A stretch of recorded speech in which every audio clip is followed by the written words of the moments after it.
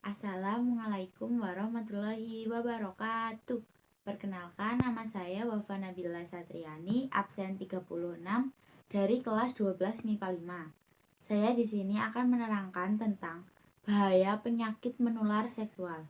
Nah, sebelum itu, apa sih penyakit menular itu? Nah, penyakit menular itu adalah penyakit yang dapat menjalar dari seseorang ke orang lain. Nah, penyakit ini dapat ditularkan melalui kontak langsung dengan penderita.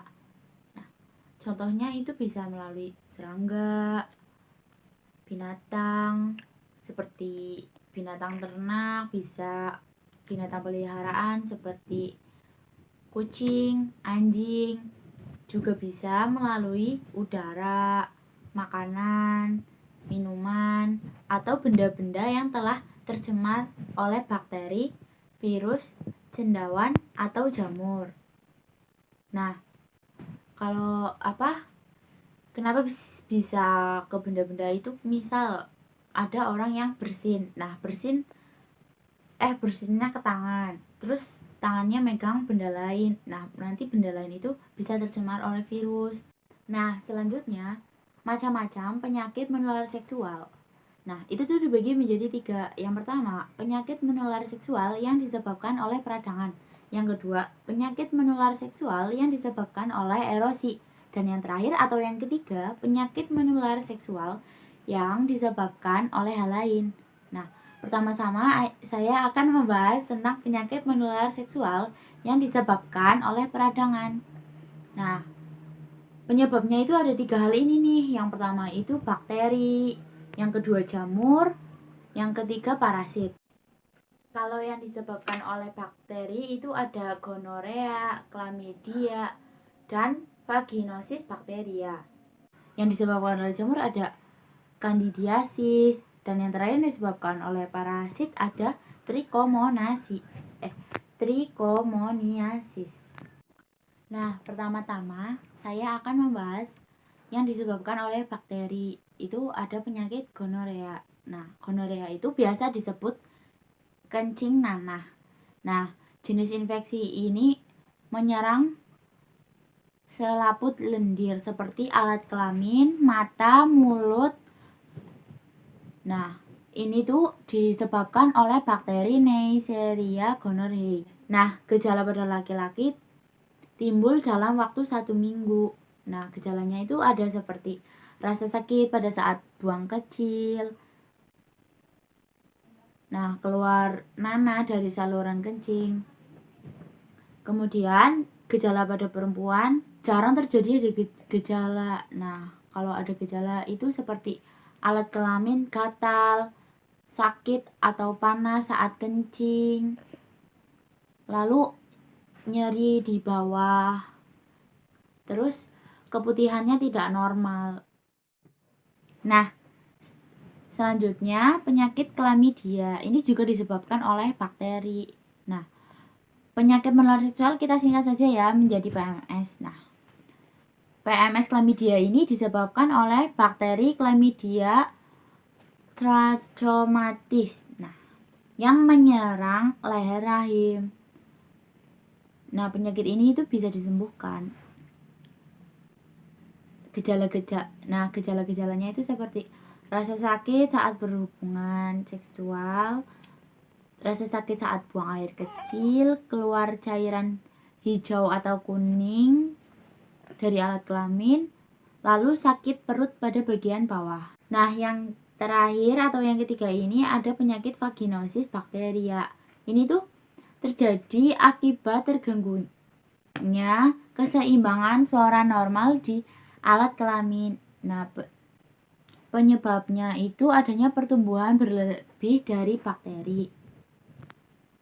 Faktor pada wanita itu ada seperti merokok, sering berganti pasangan seksual. Terus ada penurunan bakteri lactobacillus secara alami. Lalu gejala-gejalanya itu seperti keputihan disertai bau amis, alat kelamin gatal, nyeri, terus perih pada saat buang air kecil. Nah, yang kedua ini ada PMS yang disebabkan oleh jamur. Contohnya Candidiasis vaginitis.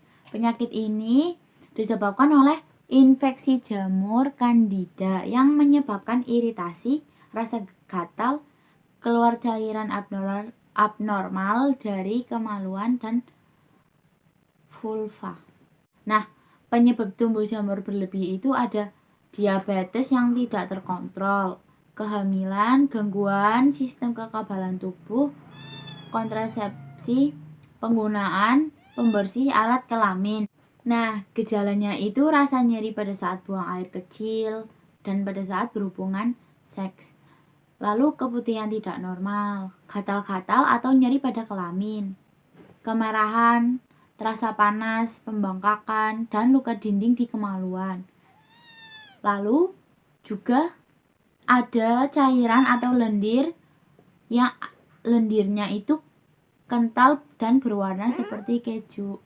Nah, yang ketiga itu ada PMS yang disebabkan oleh parasit. Contohnya trichomontasis. Nah, PMS ini disebabkan oleh parasit Trichomonas vaginalis. Nah, gejala pada laki-laki itu seperti frekuensi pada saat buang air kecil itu meningkat, lalu nyeri pada saat kencing, dan kelamin tegang, muncul cairan putih dari alat kelamin, nyeri, bengkok, kemerahan pada ujung kelamin. Kemudian pada gejala perempuan adalah nyeri pada perut bagian bawah, lalu nyeri pada saat kencing atau berhubungan intim. Lalu keputihan abnormal itu seperti cairan menjadi kental atau menjadi encer atau menjadi berbusa, bahkan bau.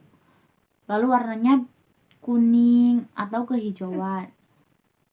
Lalu nyeri, gatal, bengkak di area kemaluan dan paha bagian dalam. Nah, yang kedua itu ada penyakit menular seksual yang disebabkan oleh erosi atau iritasi terus juga lecet.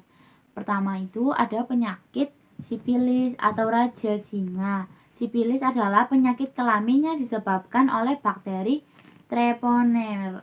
Treponema pallidum. Nah, kondisi sipilis itu bisa menimbulkan komplikasi serius seperti batang hidungnya rata, kelainan bentuk gigi, anemia berat, pertumbuhan tulang yang abnormal, meningitis, gangguan saraf, bahkan bisa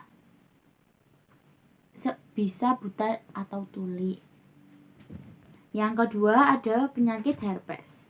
Penyakit herpes itu penyakit yang disebabkan oleh virus herpes simplex atau HCV. Penyakit ini biasanya ditandai dengan bentol-bentol berair pada alat kelamin, dubur, atau mulut.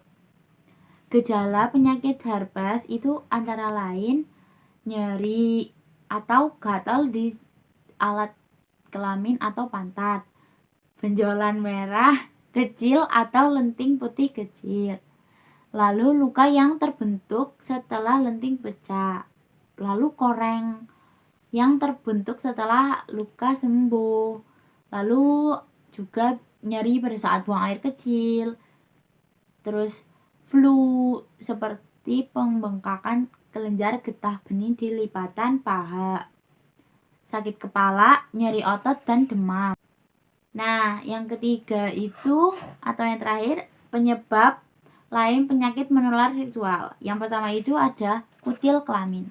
Kutil kelamin adalah benjolan kecil yang tumbuh di sekitar area kelamin dan dubur. Penyebab kutil kelamin itu adalah human papillomavirus atau HPV. Nah, yang kedua, kutu kemaluan atau virus pubis adalah serangga parasit kecil yang dapat menempati area berambut di tubuh manusia, umumnya di rambut kemaluan. Parasit ini hidup dengan cara menghisap darah melalui kulit dan dapat dapat menimbulkan rasa gatal pada area yang dijangkitnya. Nah, cara-cara pencegahan penyakit menular seksual. Yang pertama, kenali pasangan seksual masing-masing. Yang kedua, lakukan vaksinasi, terutama vaksin HPV dan hepatitis B. Yang ketiga, tidak menggunakan nafsa, terutama dengan berbagi jarum suntik. Yang keempat, lakukan pemeriksaan kesehatan secara rutin, khususnya yang berkaitan dengan organ reproduksi. Yang kelima, jika sudah menjadi penderita penyakit menular seksual, sebaiknya tidak melakukan hubungan intim. Lebih baik menunggu dinyatakan sembuh oleh dokter. Nah, solusi yang paling penting adalah hindari hal buruk atau kebiasaan yang tidak terpuji. Sekian dari saya. Jika ada kesalahan, saya mohon maaf. Semoga informasi yang saya berikan bisa bermanfaat untuk kita semua. Terima kasih. Wassalamualaikum warahmatullahi wabarakatuh.